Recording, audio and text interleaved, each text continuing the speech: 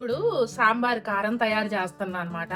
దీంట్లో ఇప్పుడు ఇది దీనెడు ఈ డబ్బాడు అన్ని పప్పుల పొడులు అంటే ఏం పప్పులు పొద్దుతిరుగుడు గింజలు, గుమ్మడి గింజలు, పుచ్చ గింజలు, అవిసెలు, నువ్వులు, ధనియాలు, జీలకర్ర, మెంతులు, కరివేపాకు ఇట్లా అన్నీ వేసి పొడి చేసి పెట్టుకున్నా. అందరూ వేయించుతారు కానీ నేను వేయించలేదన్నమాట. ఎందుకు వేయించలేదు అంటే ఎట్లాగో మనము కూరలో వేస్తాం కదా, అందుకని వేయించలేదన్నమాట. ఇవన్నీ కూడా ఇప్పుడు ఈ డబ్బాడు పోసా అనమాట. ఆ ధనియాలను కరివేపాకు అయితే కొంచెం లైట్గా వేయించాను, మెంతులు కూడా కొంచెం లైట్గా వేయించా అనమాట. ఇవన్నీ కూడా ఇట్లా పొడి చేసుకొని నేను రెడీగా పెట్టుకున్నాను అనమాట. ఇంకా చెప్పా కదా అన్ని రకాలు కొంచెం ఈ పుట్నాల పప్పు మంతి సత్యనారాయణ చెప్తాడు కదా, అట్లా ఈ పప్పుల పళ్ళు రోజు గుర్తుంచుకొని కూరల్లో వేసుకోవాలంటే మనకి గుర్తుండదు కాబట్టి అవి. ఇంకా మన దగ్గర ఏమన్నా బాదం గింజలు, జీడిపప్పు, వాల్నట్స్ అలాంటివి ఉంటే కూడా మనం పొడి చేసేసుకొని వేయించకుండా దీంట్లో కలిపేసుకున్నాం అనుకో కూరల్లోకి గ్రేవీగా కూడా ఉంటది అనమాట. అందుకని నేను ఈ పొడి అంతా రెడీ చేసుకొని పెట్టుకున్నాను. ఇక మనకి ఎర్రగడ్డ సాంబార్ కారం అని జీలకర్ర, ధనియాలు, కరివేపాకు, మిరపకాయలు వేయించి అట్లా చేసేటోళ్ళు కదా, అట్లా సాంబార్ కారం లాగా. అయితే దీంట్లో ఆముదం కూడా కలిపాను కంపల్సరీగా, ఎందుకంటే సాంబార్ కారానికి అవి కూడా. మళ్ళీ ఎల్లిపాయల పొడి కూడా వేసాను అనమాట దీంట్లో మరిన్ని. ఇంకా కూడా ఇప్పుడు మళ్ళీ ఎల్లిపాయలు వేస్తా సాంబార్ కారానికి వేసి నేను ఒక డబ్బాకు పెట్టుకుంటాను అనమాట. ఇప్పుడు ఇంతవరకు ప్రాసెస్ ఏంటంటే అన్ని రకాల పప్పుల పొడులన్నీ కలిపి పెట్టుకున్నా. ఇవి ప్రతిరోజు కూరల్లో వేసుకోవాలంటే అసలు గుర్తుండదు, అందుకని నేను ఇది తయారు చేసి పెట్టుకున్నా. అయితే ఇప్పుడు ఈ డబ్బాడు పోసా కదా, ఈ డబ్బాడు మళ్ళీ కారం పోస్తా అనమాట.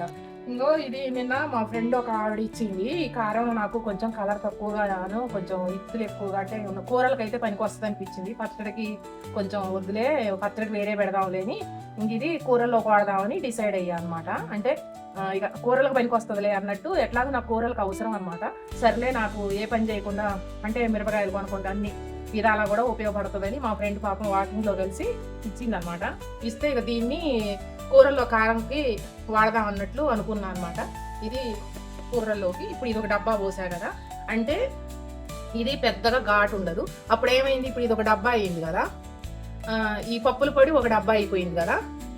దీంట్లో నేను తేజ కారం పొడి ఉంటుంది కదా, అది ఒక అర డబ్బా పోస్తా అనమాట. అంటే ఇదేమో కొంచెం కారం తక్కువ ఉంటుంది, మామిడికాయ పచ్చడి కోసం అని ఇచ్చింతాను. సర్లే నేను కూరల్లో వాడదాంలే అన్నట్లుగా అనుకొని ఒక డబ్బా పోసా అనమాట. ఇంకొక అర డబ్బా పోసాను అనుకో, అప్పుడు తేజ కారం పొడి ఒక అర డబ్బా పోస్తే సరిపోద్ది. అప్పుడు నాకు ఇది సాంబార్ కారం అవుతుంది. ఇప్పుడు దీంట్లో ఇంకా ఎల్లిపాయలు ఒకటి, ఆముదం ఒకటి యాడ్ చేసేసి గట్టిగా డబ్బాకు పెట్టేసుకుంటా. ఇది ఇంతవరకు చూడండి. నెక్స్ట్ మళ్ళీ ఇప్పుడు తేజ కారమును ఎల్లిపాయలు ఆముదం కలిపి చూపిస్తా. ఇంకండి ఇప్పుడు పప్పుల పొడి ఒక డబ్బా పోసా కదా, మామిడికాయ పచ్చడి కారం లాంటి కారానికేమో ఒక డబ్బా పోసా కదా, ఇప్పుడు ఇది ఒక అర డబ్బా పోస్తున్నా. అంటే దీంట్లో ఘాటు ఉన్న కారం ఒక అర డబ్బానే, మిగతాది ఘాటు లేని కారమే.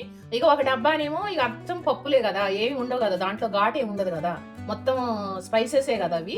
అందుకని చెప్పేసి దీనికి తేజాకారం మళ్ళీ ఒక డబ్బా యాడ్ చేశాను. డబ్బా కాదండి, హాఫ్ డబ్బా యాడ్ చేశా. అంటే 2 డబ్బాలకి హాఫ్ డబ్బా తేజాకారం అనేది యాడ్ చేశా. హాఫ్ డబ్బానని మీరు అనుకోవచ్చు, కానీ ఒక డబ్బా మొత్తం కూడా కారం లేని పొడే కదా నేను వేసింది, అందుకని చెప్పి సప్పగా ఉంటదని చెప్పేసి హాఫ్ డబ్బా తేజాకారం వేసాను అనమాట. ఇవ్వండి ఈ 1/2 కేజీ ఎల్లిపాయలు, ఇవి ఇప్పుడు నలిపి కొంచెం కారం వేసి అవన్నీ శుభ్రం చేసేసుకొని కారం వేసి పొడి దీంట్లో కలపడం కోసం మిక్సీ బట్టి తీసుకొని వస్తా. ఇగో ఇది ఆముదం అనమాట.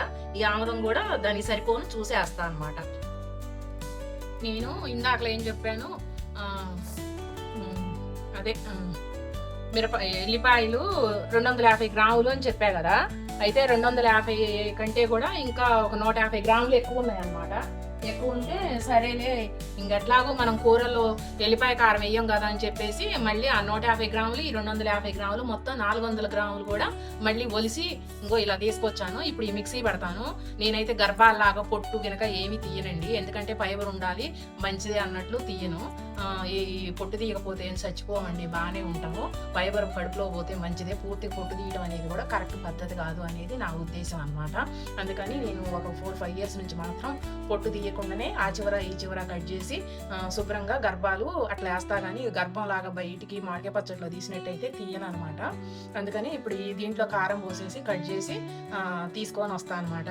అసలు ఇప్పుడు ఈ పప్పుల పొడి అనేది నేను ఇప్పుడు చేసింది కాదండి, పోయిన సంవత్సరం మీకు పాత తరం సాంబార్ కారం, మంత్రి సత్యనారాయణ రాజు కారం అని చెప్పేసి నేను ఒక వీడియో చేశాను కదా, అప్పుడు నేను ఈ పప్పుల పొడి తయారు చేసి పెట్టుకున్నాక ఇంకా ఈ డబ్బాకి 1 కేజీ, ఈ డబ్బాకి 1 కేజీ మిగిలిందనమాట. ఇప్పుడు ఈ కేజీ ఇంకా దాచిపెట్టుకుంటున్నా. ఇట్లా నేను ఏంటంటే ఇలా తయారు చేసి పెట్టుకుంటే నాకు ఎప్పుడు కూడా ఇట్లా కలుపుకోవడానికి కన్వీనియంట్గా ఉంటుంది. మనం అన్ని సరుకులు ఒకేసారి తెచ్చుకొని ఈ పప్పుల పొడి చేసి పెట్టుకున్నాం అనుకోండి, పని కూడా తక్కువగా ఉంటుంది అనమాట. మనకి కూరల్లో కూడా ఇప్పుడు ప్రతిరోజు మసాలా పొడి వేయాలి అనేది ఉండదన్నమాట. ఇట్లా పప్పుల పొడులు కూడా అన్ని గుర్తుండవు కాబట్టి అన్ని రకాల పప్పుల పొడులు కలుస్తున్నాయి. మళ్ళీ వెనకట సాంబార్ కారం లాగా అది జీలకర్ర, ధనియాలు, కరివేపాకు ఇవన్నీ వేసి ఎల్లిపాయ వేసేసి ఎల్లిపాయ కారం టైప్లో కూడా కలుస్తుంది. ఇక మనం ప్రత్యేకంగా అల్లం వెల్లిపాయ వేయాల్సిన పని ఏమీ లేదు. అయితే ఇప్పుడు దీంట్లో నేను ఇంకొక విషయం ఏంటంటే మర్చిపోయింది ఇందాక చెప్పాల్సింది. మనము మామూలుగా కూరల్లో అల్లం వెల్లిపాయ పేస్ట్ వేసుకుంటాం కదా, అయితే ఇప్పుడు దీంట్లో మనం ఏం చేసాం, వెల్లిపాయలు వేస్తున్నాం కానీ అల్లం వేయట్లేదు అనుకుంటున్నాం కదా. నా దగ్గర అల్లం పొడి ఉంది. ఆ పప్పుల పొడిలో నేను అల్లం పొడి కూడా కలిపాను అనమాట ఆల్రెడీ. ఇందాక అది చెప్పడం మర్చిపోయా. అంటే ఇప్పుడు అల్లము కలిసింది, ఎల్లిపాయలు కలిసినవి, మంత్రి సత్యనారాయణ రాజు చెప్పే పప్పుల పొడి కలిసింది, మన అమ్మ వాళ్ళు చెప్పే సాంబార్ కారము కలిసింది, వెనకటి ఎల్లిపాయ కారము కలిసింది. ఇప్పుడు ఈ కారంలో ఒక్కటే ఏంటంటే ఉప్పు ఒక్కటే నేను కలపను అనమాట. ఉప్పు కలుపుకో, మనం ఇంత కారం వేసుకొని దీంట్లో కొద్దిగా ఉప్పు వేసుకొని కొద్దిగా నూనె కానీ నెయ్యి కానీ వేసుకొని కలుపుకొని తింటే కూడా సూపర్ ఉంటుంది అనమాట.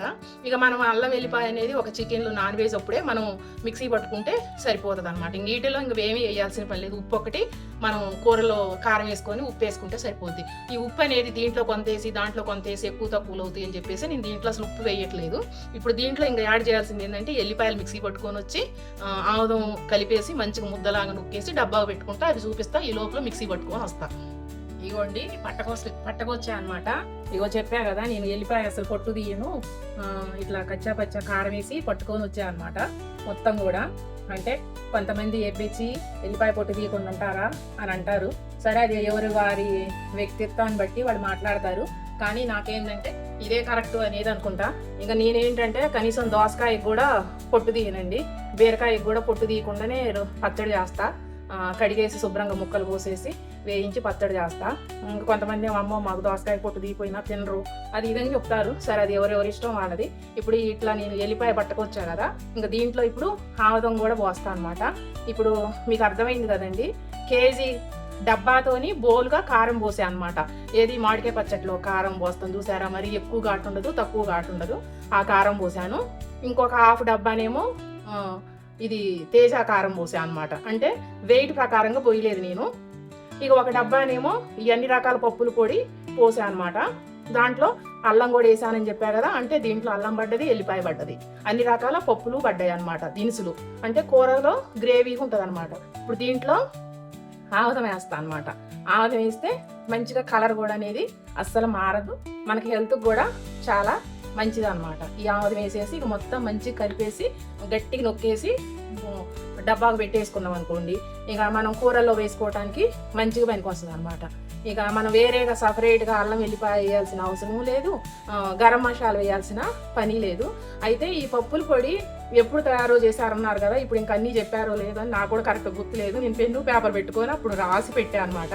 అయితే మీరు పాత వీడియో చూస్తే దాంట్లో ఏమేమి పప్పులు వేసింది మొత్తం కూడా నేను దాంట్లో పెట్టాను, చూడండి.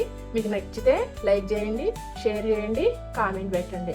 ఇది కూడా నేను ఎందుకు అడుగుతున్నానంటే, ఏదో ట్యాంక్ బండి మీద మాటలతోని వచ్చినప్పుడు అన్నారు కదా, అక్క నువ్వు ఎప్పుడు కూడా అన్నిటికీ లైక్ చేయండి, షేర్ చేయండి, కామెంట్ పెట్టండి అని అనట్లేదు, అడగని అమ్మైనా పెట్టదు కదా, అందుకే నీకు ఎవరు కామెంట్ పెట్టరేమో, తక్కువ మంది పెడతారు అన్నారు. సరే, చెప్పింది కదా చిన్న మాట పెద్ద మాట అని చెప్పేసి ఈరోజు అడుగుతున్నా. మీకు నచ్చితే ఆ పని చెయ్యండి, ఓకేనా అండి. ఇదైతే మాత్రం చాలా మంచి హెల్తీ. ఇగో ఇంత కారం వేసుకొని దీంట్లో కొద్దిగా ఉప్పు వేసుకొని కొద్దిగా నెయ్యి కానీ శనగ నూనె కానీ వేసుకొని తిన్నా కూడా అసలు అన్నం అమోఘంగా ఉంటుంది అనమాట. ఓకేనా ఫ్రెండ్స్, బాయ్. నేను ఇంకా కొన్ని అదే పొడులు ఇంతవరకే కాదండి, 32 రకాలు ఏం పెట్టాను. అప్పుడు నేను చెప్పాను కదా అల్లం పొడి ఏదో ఆంటీ చెప్తుంది కానీ ఉంటాయా ఏమన్నా మీరు అనుకోవచ్చు. నా దగ్గర అల్లం పొడి ఇంకా 2 సీసాలకు ఉందండి. ఇగో చూడండి, ఇగో మునగాకు పొడి కూడా వేసాను, నాకు ఇప్పుడు గుర్తొచ్చింది. నేను ఇంకా పాత వీడియో చూస్తే నేను అన్నీ ఏంటంటే పేపర్ మీద పెట్టుకుంటే ఇది కరివేపాకు పొడి అనమాట. ఇట్లా అన్నీ రెడీగా ఉంటాయి. ఇంకా పప్పుల పొడి ఇంకో కేజీ ఉంది. ఇట్లా అన్నీ పెట్టుకుంటా. నాకు ఈ పొడి మొత్తం కూడా నాకు కనీసం ఒక 4 నెలలో 3 నెలలో వస్తుంది అనమాట. ఇంకా ఇది ఏ కూరల్లోకైనా, పులుసు కూరల్లో కానీ, ఆకుకూరల్లో కానీ, మాంసం కూరలోకి అన్నిటిలోకి పనికి వస్తుంది.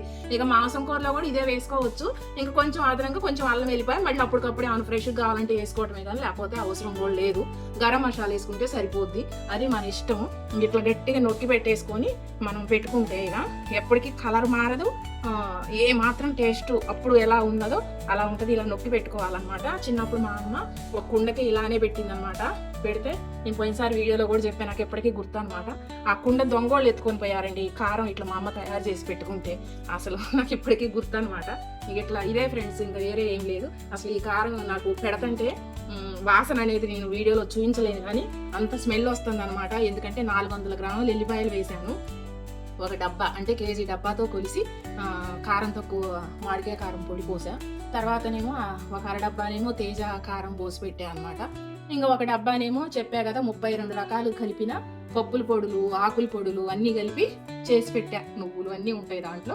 అది ఏంటి లిస్టు అనేది మీరు తెలుసుకోవాలనుకుంటే మీరు పాత వీడియో, పాత తరం సాంబార్ కారం, కొత్త తరం మంత్రి సత్యనారాయణరాజుది అది వీడియో చూడండి. దాంట్లో అన్ని రకాలు ఉంటాయి. ఒక పేపర్ మీద రాసి నేను వీడియో కూడా ఫోటో పెట్టండి, చూడండి.